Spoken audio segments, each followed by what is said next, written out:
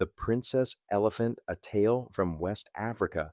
Long ago, in a village between the red earth plains and the whispering forests of West Africa, there lived a woman whose beauty and wisdom were renowned. She had three sons, each devoted to her with a love so deep that her happiness was their greatest concern.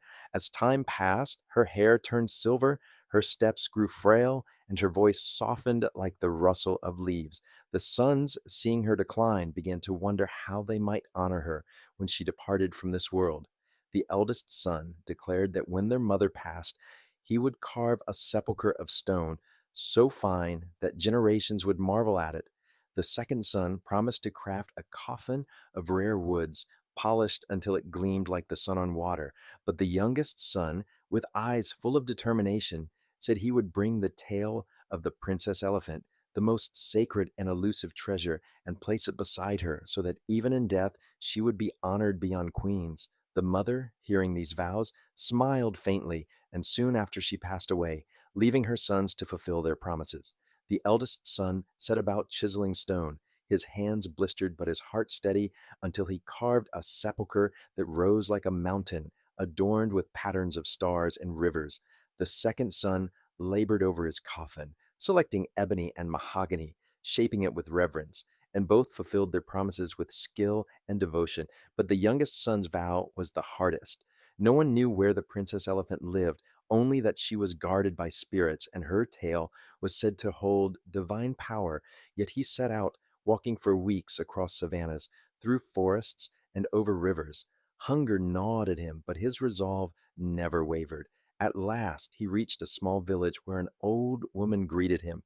She saw his weary face and asked his purpose. When he told her of his quest, she gasped and warned him that the Princess Elephant dwelled in the sacred grove beyond the mountains, guarded by spirits of fire and shadow, and that many who sought her tail had never returned. Still the son pressed on. Guided by the old woman's words, he climbed mountains and entered the grove. There, beneath a canopy of ancient trees, stood the Princess Elephant, majestic, her skin gleaming like moonlight, her eyes deep pools of wisdom, her tail swaying gently, shimmering with power. As he approached, spirits rose from the earth, flames, winds, and shadows that tested his courage. He fought not with weapons, but with humility, bowing before them, offering prayers, and showing his heart's purity. The spirits, moved by his devotion, allowed him to approach the Princess Elephant. She spoke in a voice that echoed like thunder, yet soothed like rain, asking why he sought her tail. He replied that it was to honor his mother, who gave him life and love, and whose spirit deserved the greatest gift.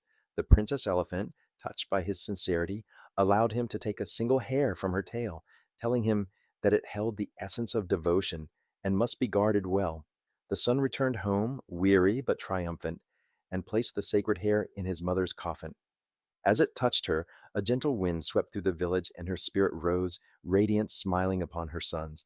The people marveled, declaring that the youngest son's gift was the greatest of all.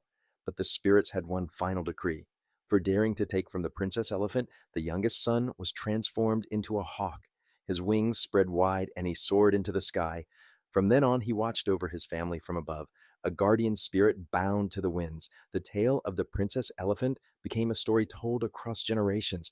It taught that true devotion is not measured by wealth or grandeur, but by sacrifice and sincerity. The eldest son's sepulchre and the second son's coffin remained as monuments, but the youngest son's gift lived on in the hearts of the people, reminding them that love requires courage and humility. Elephants in African folklore often represent wisdom, strength, and sacred power, making the Princess Elephant a fitting symbol of reverence. And so, whenever hawks circled above the village, the people whispered that it was the youngest son, still watching, still guarding, still reminding them that the greatest honor lies not in riches or monuments, but in the purity of love and the courage to sacrifice for it. From this tale, we learn that true strength lies not in power or appearance, but in loyalty and love that endure through every transformation.